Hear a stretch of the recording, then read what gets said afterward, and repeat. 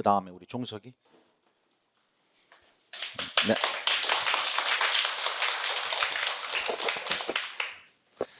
안녕하세요. 저는 작년에 뵀던 분들도 많이 보이고, 제가 저 카메라 잡고 있었는데, 올해 경기도 붙어서 이제 오산에 발령 나서 이제 가게 됐습니다.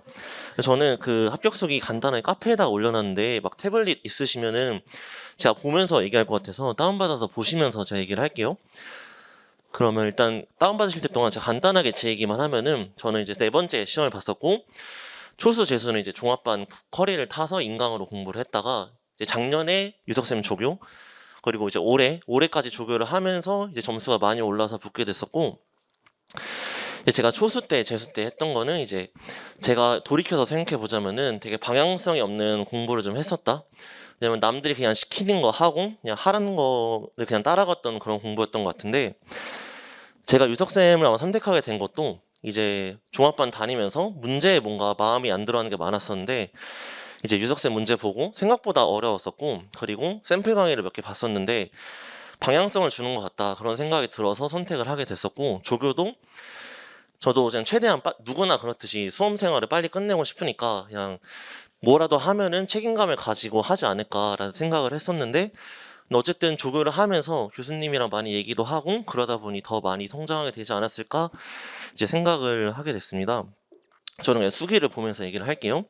제 수기 두 번째 장에서는 저는 이제 수험 생활에서 가장 중요하다고 생각하는 게 이제 기출 분석이라고 생각하는데, 이제 기출 분석하면은 이제 뭐가 기출 분석이고 어떻게 해야 되는지 이거에 대해서 많이 고민을 하실 텐데, 이제 시중에 많은 기출 분석 책도 있고 뭐 루이스나 뭐 이렇게 메가쌤이나 뭐 이런 것도 많겠죠. 근데 저는 기출을 봐야 되는 거는 내 공부에 당위성을 가져야 되기 위해서라고 생각을 해요. 그래서 기출을 보면서 해야 되는 거는 14년도에서 22까지 보면서 기출에서 어떤 걸 묻고 있었는지, 뭐 예를 들어서 뭐 일반 영어 같은 경우에는 메인 아이디어를 찾아내는 거를 요구했었다, 아니면은 이제 소설 같은 경우에는 갈등을 얘가 제대로 읽어내고 있는가, 이런 부분들을 이런 부분들을 기출에서 물어보고 있구나라는 걸 내가 확신을 하게 되면은 내 뭐 공부 방향성, 뭐 학원, 그다음에 뭐 강의 선택이나 이런 것들을 다 방향을 그쪽에서 요구하는 걸 맞추면은 어쨌든 시간이 한정적이니까 효과적인 공부를 할 수 있지 않을까라는 생각을 해서, 저는 기출 분석이 제일 중요하다고 생각을 했었고, 이제 제가 올린 거 보시면은 이제 저는 비문학이랑 비문학 빈칸, 서술형, 그다음에 소설, 그다음에 이제 뭐 영교, 영화학, 내용학들 이렇게 나눠서 했는데, 이걸 보면서 기출에서 어떤 걸 요구했었고 디렉션에서 어떤 걸 요구했었는지를 가장 먼저 찾으려고 했던 것 같아요. 그래서 여기 보시면은 이제 비문학 같은 경우에는 최근 트렌드가 이제 비문학에 써져 있는 그런 비유적인 표현들을 얘가 의미를 이해했고, 그리고 이제 채점자가 제대로 이해할 수 있게 답안을 작성했는가, 이런 것들을 요구하는 것 같더라고요. 그럼 이제 저희 공부 방향을 어떻게 잡으면 되냐면은, 뭐 교수님 모의고사나 뭐 신문이나 이런 것들을 보면은 거기도 비유적인 표현이 많이 쓰여져 있으니까 그런 것들을 내가 의미를 서술할 수 있으면 되겠구나, 이런 식으로 계속 스스로 메타인지를 하면서 공부를 했던 것 같아요. 그래서 이런 식으로 기출 분석을 하게 되면은 이제 내가 어떤 걸 공부하면 되는지 알게 되고, 그리고 그게 당위성을 갖게 되니까 내가 수험 생활을 하면서 좀 더 흔들리지 않게 이렇게 되는 것 같더라고요. 그래서 저는 우선적으로는 기출 분석을 가장 먼저 하시라. 물론 지금 당장 유석쌤 커리 따라가는 것도 너무 그냥 버겁고 그러겠지만, 제 생각에는 초수분들 같은 경우에는 앞에서 말씀하신 것처럼 1월부터 4월까지는 기초 체력, 단어나 뭐 기본적인 영어 독해나 논리력 이런 걸 기르시고, 5월부터 시작해서 어떤 걸 요구했는지, 왜냐하면 이제 5월부터 문제풀이도 들어가고 기출도 들어가니까 이제 그때부터 내가 어떤 걸 방향을 맞춰서 남은 5월부터 11월까지를 방향을 잡으면 되겠구나, 이런 것들을 하셨으면 좋겠어요. 그래서 저는 우선 가장 중요한 거는 기출 분석이다 라고 말씀을 드리고 싶었고, 그래서 저도 제가 이 기출 분석을 언제부터 했냐면은 저는 좀 늦게 시작했어요. 근데 제가 수험 기간이 좀 길기도 해서 저는 7월부터 그 기출에서 어떤 걸 요구하고 있는지를 찾으려고 했었는데, 근데 사실 이걸 하고 보니까 이미 유석쌤이 수업에서 하고 계시는 말들이 많아서 가끔씩 이제 하다가 이제 유석생 커리를 타면은 아 이게 맞나 싶은 게 좀 의심이라기보다는 이게 정말 맞을까라는 생각이 드는데 저도 그런 생각이 몇 번 들었었는데 기출 분석을 하면서 아 맞았네. 그래서 내가 이 기출 분석을 굳이 할 필요가 없겠다. 일반 영어 같은 경우에는 물론 어쨌든 남이 교수님이 얘기해 준 거랑 내가 체득한 거랑 또 방향이 다르니까 이게 어쨌든 그게 다르긴 하지만 교수님이 하시는 내용이 기출에서 저는 요구하고 있는 게 맞다고 생각을 하거든요. 그래서 제가 유석쌤 강의 부분에 가면은 뭐 PRS에서 하면은 스터디에서 뭐 TS 찾아라, 키워드 찾아라, 그다음에 뭐 이게 뭐 컨트래스트냐 아니면 뭐 서머리냐 이렇게 얘기를 하시잖아요. 근데 그런 부분들이 나중에 제가 기출을 봤을 때 빈칸이 나오는 부분들 그리고 밑줄 쳐진 부분들 이런 부분들이 되게 지엽적이거나 그런 말도 안 되는 부분이 아니라 정말 물어볼 것들을 물어보고 있었다 이런 생각이 들어서 그 유석쌤이 수업 시간에 되게 비유적으로 말씀하시는 것들 있잖아요. 뭐 답안을 물론 아직 답안을 적진 않겠지만은 이 글이 뭔 내용이야 이게 수업 시간 하면서 뭐 3초 안에 대답해 막 이렇게 하시잖아요. 그래서 뭐 이거 뭐 GT가 뭐야? 그래서 맨날 저희가 틀리면은 여기서 앞에서 되게 한탄스러워 하시는데 그런 것들을 어쨌든 결국에 제가 보니까 기출에서 요구한 게 이 수업에서 하는 거더라고요. 그래서 수업에서 하는 것들을 이 기출 분석하기 전까지는 최대한 따라가시고 내가 기출 분석을 하면서 좀 더 확신을 가지셔도 좋지 않을까 이런 생각이 좀 들었습니다.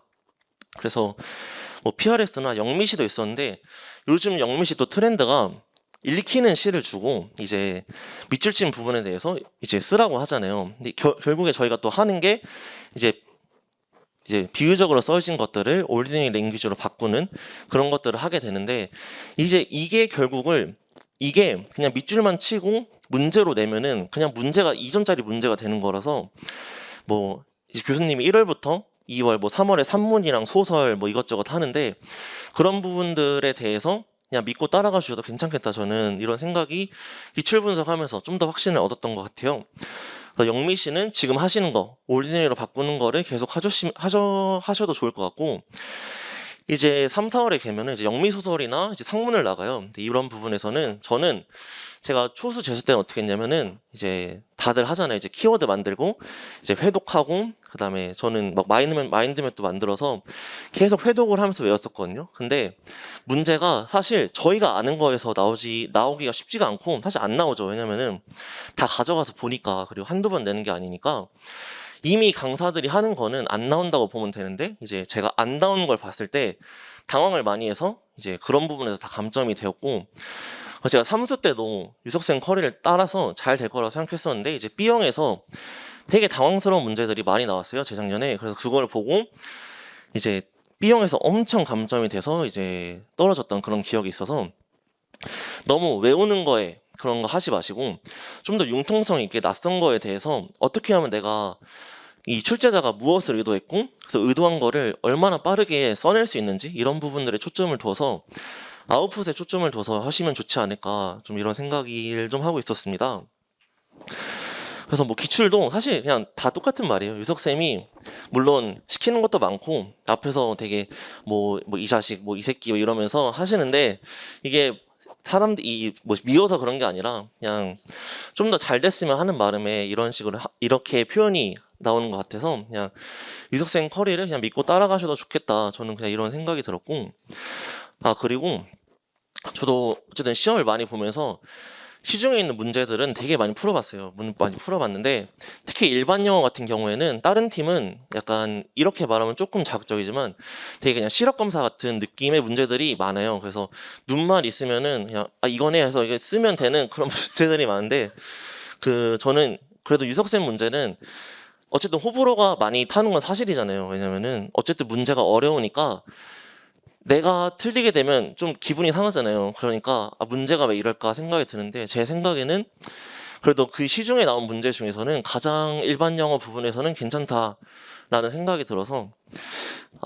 제가 유석쌤을 선택하게 된 이유 그리고 뭐 강의를 들으면서 좋았던 부분들 그런 부분들이 있었고 세 번째는 이제 다 같이 이제 조교쌤도 그렇고 되게 으쌰으쌰하면서 분위기를 많이 만들어 주시잖아요. 그래서 뭐 단어도 맨날 보고 저 작년에는 이제 교수님이 뭐 점수 안 나온 사람들 불러가지고 막 이렇게 세우고 이게 뭐냐 이런 식으로 하게 하셨는데 근데 이게 결국은 다 같이 약간 내가 많이 틀리면은 아 이게 안 되는데라는 그런 공부하는 분위기를 만들려고 그렇게 하시는 것 같아서 그냥 유석쌤 안에 있는 분들이랑 저는 작년에 이제 열품타 이런 것도 하면서 같이 이제 서로 공부하는 거 보면서 확인도 하고 그랬었거든요. 그래서 그런 부분들에서 유석쌤 강의를 그냥 잘 믿고 따라가도 좋겠다. 뭐 이런 생각이 좀 있었습니다.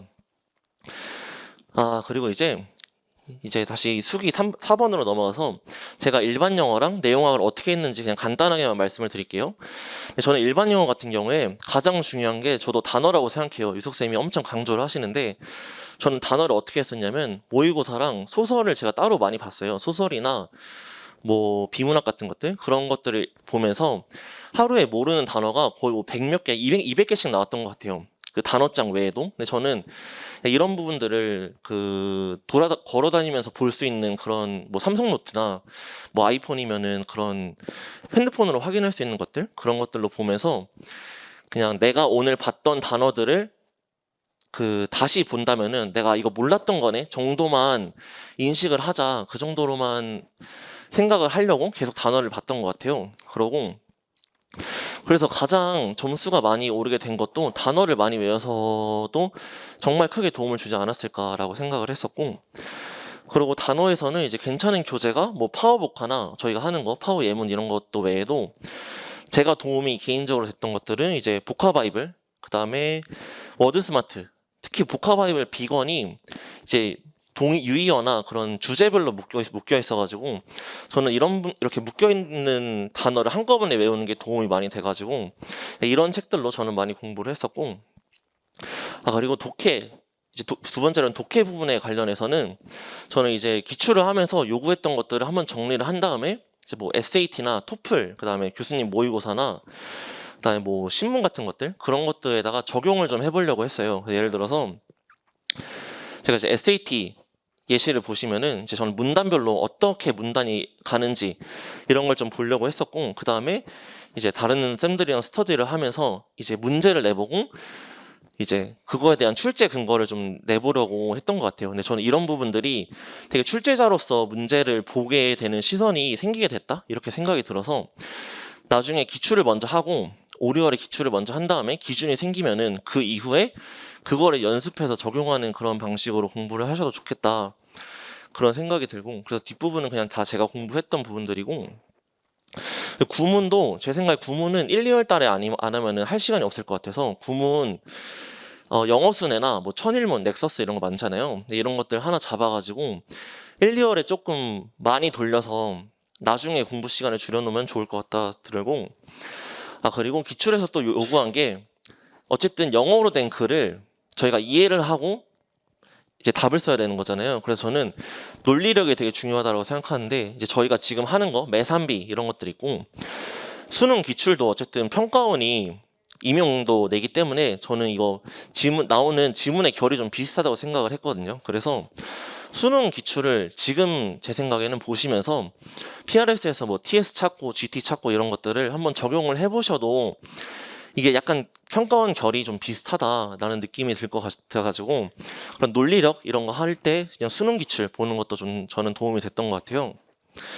그러고 이제 영어 같은 경우에 요즘 영어학이 계속 비중이 늘고 어려워지긴 하는데 저는 이 영어학이 내가 아는 걸 물어보기보다는 출제자가 그걸 어쨌든 발췌를 하잖아요. 발췌한 지문을 내가 제대로 이해하고 있고 이거에 근거해서 답을 쓰고 있느냐라는 걸 요구한다고 생각을 했었거든요. 그래서 저는 그냥 강사들 기본서 보면은 되게 얕게 개념이 나와 있어요. 근데 이거는 요즘 트렌드랑은 저는 잘 맞지 않는다고 생각을 하고, 그래서 제가 그냥 기출을 몇 개 가져왔는데 이번에 뭐 슈얼리 들어가면서 어디에 들어가야 하냐 뭐 이런 게 있었는데 이게 또 옛날 기출에 다 나와 있던 부분들이거든요. 그래서 앞에서 말씀하신 것처럼 이제 09년도에서 13년도까지 기출을 다 보셨으면 좋겠고, 최소한 5월부터 시작해서 한 2달 정도 내에 다 보셨으면 좋겠고, 여유가 만약에 되신다면은 장수에서 여유가 되시면은 지금 당장 하셔도 좋고, 그리고 02년도부터 08까지도 한번 풀어보셔도 좋겠다. 이건 이제 사람마다 다 수준이 다르니까 각자 그런 페이스에 맞춰서, 근데 어쨌든 저는 한 번은 봐야 한다고 생각을 해서 이제 출제된 기출들을 한번 보면서